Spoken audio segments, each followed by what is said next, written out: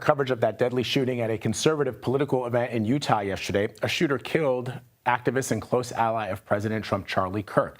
A manhunt is underway for that person, but the FBI says it has recovered what it believes could be the weapon used in the shooting. We spoke to a witness about what happened earlier today on CBS News Mornings. Listen to this. I heard the shot, and at first, my first thought was that it was a firecracker and someone was trying to, disrupt the event. It was a prank. But then I saw people running towards me, looks of horror on their face. People were afraid for their lives. This morning, we're also hearing from House Majority Leader Steve Scalise about the violent attack. You'll recall, of course, Scalise himself survived a politically motivated attack back in 2017 when he was shot at a congressional baseball game. He told CBS Mornings he believes political discourse is necessary, but violence is not. We cannot let what happened yesterday be the norm. And unfortunately, we've seen politics degrading where some people feel if they disagree with you politically, they've got to try to go and eliminate those people. That is not what America is. We solve our differences at the ballot box. I want to bring in CBS News White House reporter Olivia Rinaldi. Olivia, as you know, reaction continues to pour in from lawmakers on all sides. What are you hearing this morning? Well, Vlad, it's certainly a bipartisan reaction to this really horrific shooting that we saw yesterday in Utah of conservative activist Charlie Kirk. We saw, remarks from everyone from Marjorie Taylor Greene to AOC condemning this violence and the rhetoric. I want to play some sound from Mike Kennedy. He's the Republican from Utah, and what he said specifically about the shooting that happened in his state. The United States of America and the Constitution promote free speech and the opportunity for all people, especially with political speech, to be able to speak their mind on the issues of the day. Charlie Kirk did that, and his voice will continue to be heard.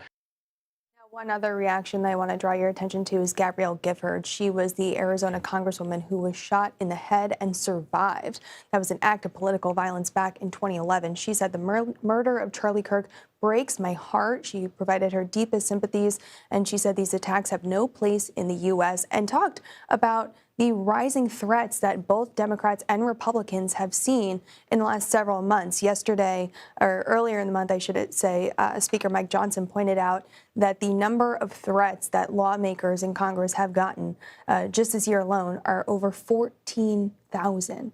Vlad, last year, it was just 9,000 for the whole year. So we're really at this influx of moment where we're seeing this increase of violence with a lot of questions about how they stop it. Yeah, and I think just as an American, I'm heartened to hear our lawmakers on both sides of the aisle condemning this horrific act of political violence, Olivia, because you and I have found ourselves reporting on acts like this, and they've happened with increasing frequency, alarming frequency in the last couple of years. Not just Steve Scalise, there was Gabby Giffords, there were those lawmakers who were shot in their home.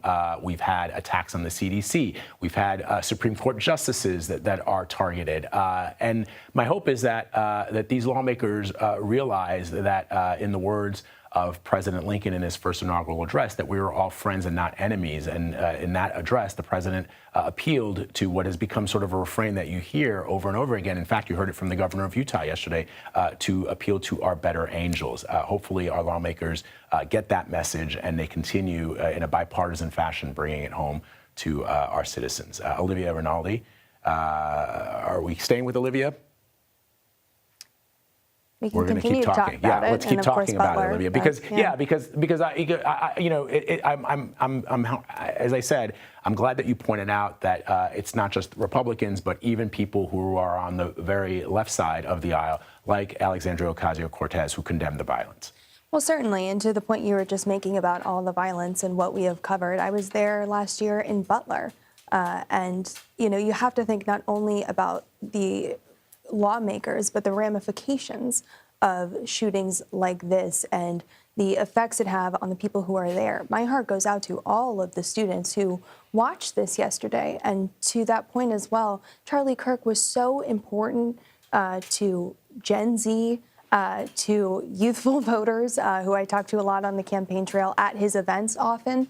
And, you know, I'm struck because when this happened yesterday, I got a text message from my little brother who's 18, who doesn't really follow politics, cares very little about what I do, and he knew about this right away. And that really just speaks to, you know, how important Charlie Kirk was to the conservative youth vote. Not only that, but having those conversations, those tough conversations on college campuses, discourse about, you know, what different people believe and where they can meet in the middle. You're having that conversation yesterday, and something like this happens, it sears in the minds of this generation who has witnessed a lot of gun violence.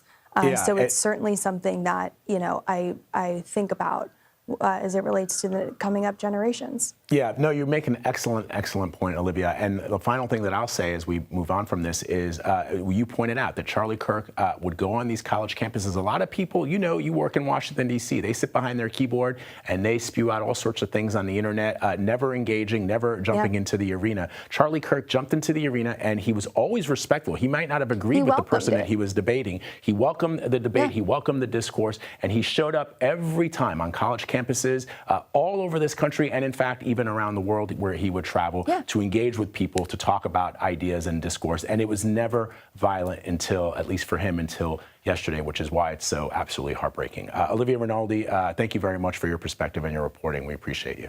Thank you.